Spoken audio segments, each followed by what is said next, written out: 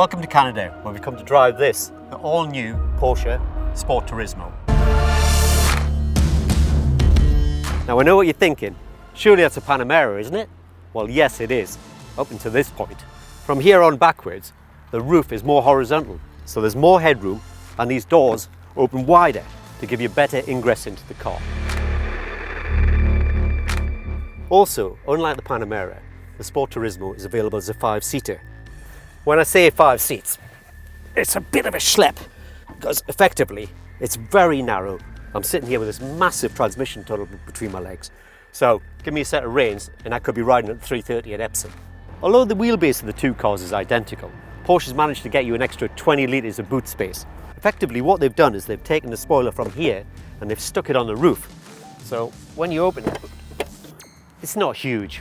We're not talking E-Class levels of kind of space here, but it is a little bit better and it's more usable car because of that. So it's not the widest of boots, but it is quite long and you can extend that even more by pulling these switches here. Gives you a very flat lower bay. This is a V8 diesel and there's also a hybrid power plant as well. I'm just going to fire up this diesel so we can hear just how quiet it is. I know diesel engines and luxury cars, they're not natural bedfellows, but yeah, this sounds pretty sweet.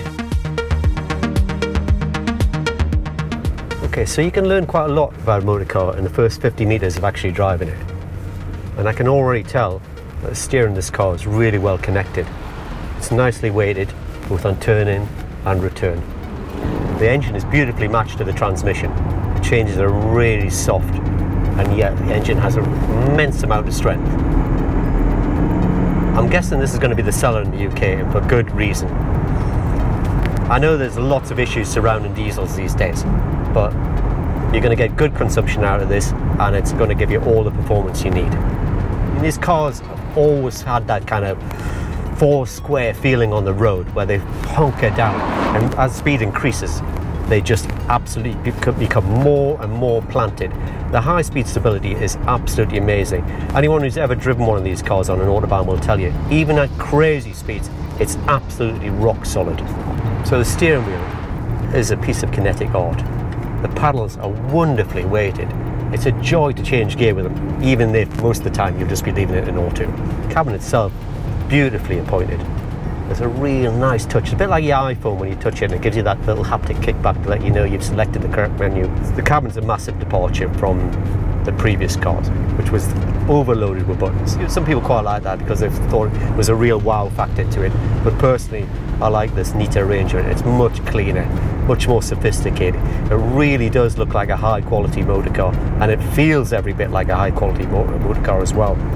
So handling wise, I had a brief drive in the hybrid version earlier today, and if I'm honest, it's pretty awful. It felt heavy and lethargic, steering had no kind of feel to it. This is like night and day. It's like the two cars are not related. It just feels totally connected. It also feels incredibly comfortable, and it changes direction just by breathing on the wheel. Yeah, this is definitely the pick in the range. Okay, so I'm going to level with you. I'm not a massive fan of the way Panameras look. I do think this car, however, does look more elegant, stretched, lower.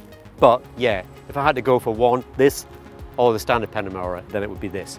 It is slightly more practical than the standard car, but we are talking margins here, slim margins, okay? But whatever, if that's what it takes to get you into one of these cars, because trust me, the driving experience is fantastic. The diesel engine is particularly strong, the ride on the car is sublime, and the way it handles is really neat and tidy. If you've got the fat end of £100,000, then I suggest you get hold of one of these things as quick as you can.